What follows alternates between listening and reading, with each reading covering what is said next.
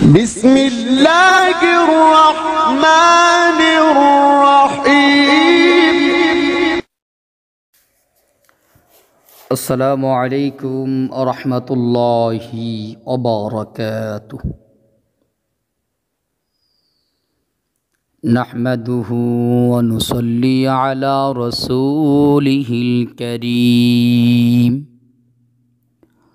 أما بعد فأعوذ بالله من الشيطان الرجيم. بسم الله الرحمن الرحيم. ولله الأسماء الحسنى فادعوه بها. صدق الله العلي العظيم. সম্মানিত বন্ধুগণ, তো আপনারা সকলে কেমন আছেন?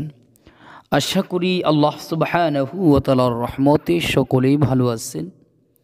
আমিও আল্লাহ সুবহানাহু ওয়া তাআলার রহমতে খুবই ভালো আছি, আলহামদুলিল্লাহ। সম্মানিত বন্ধুগণ, তো আজকে আপনাদের মাঝে একটি বিষয় নিয়ে আসলাম, আল্লাহ পাকের গুণবাচক নামের আমল।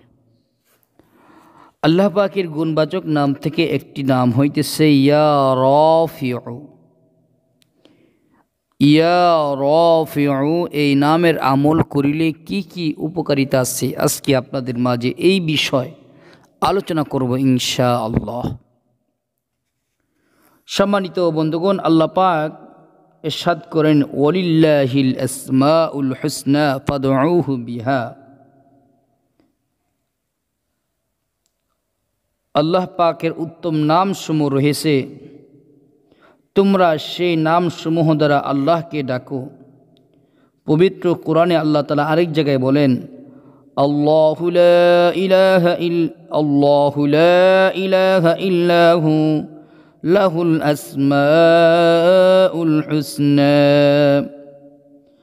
আল্লাহ পাক সেই মহান সত্তা যে তিনি ব্যতীত কোনো মাবুদ নেই, তার বহু উত্তম নাম রয়েছে। কাজে আল্লাহ পাকের গুণবাচক নামের আমলের অনেক ফায়দা। প্রথমে আমরা জেনে নিই আজকে যে নামের বিষয়ে আলোচনা করব, ইয়া রাফিউ। এই নামের অর্থ কি?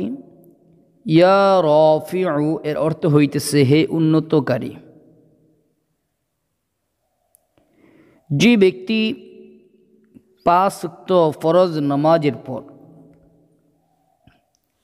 ইয়া রাফিউ আল্লাহ পাকের এই নামটি 29 বার করে পাঠ করবে, আল্লাহ তাআলা তার জিন্দেগির মধ্যে উন্নতি দান করবে।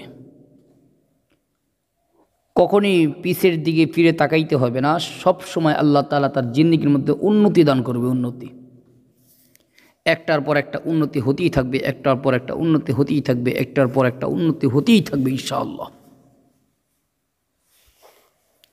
2 নম্বর আমল, কেউ যদি এশারের নামাজের পরে পবিত্র বিছানায় বসে বসে একা একা নিরিবিলিতে 1000 বার করে ইয়া রাফিউ পাঠ করে আমল করার পূর্বে এবং শেষে কয়েকবার ইস্তিগফার ও দুরূদ শরীফ পাঠ করে নেবেন।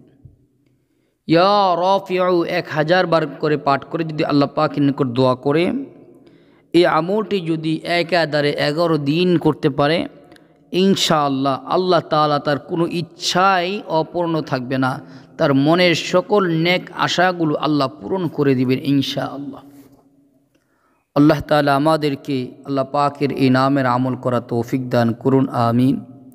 আসসালামু আলাইকুম ওয়া রাহমাতুল্লাহি ওয়া বারাকাতুহু।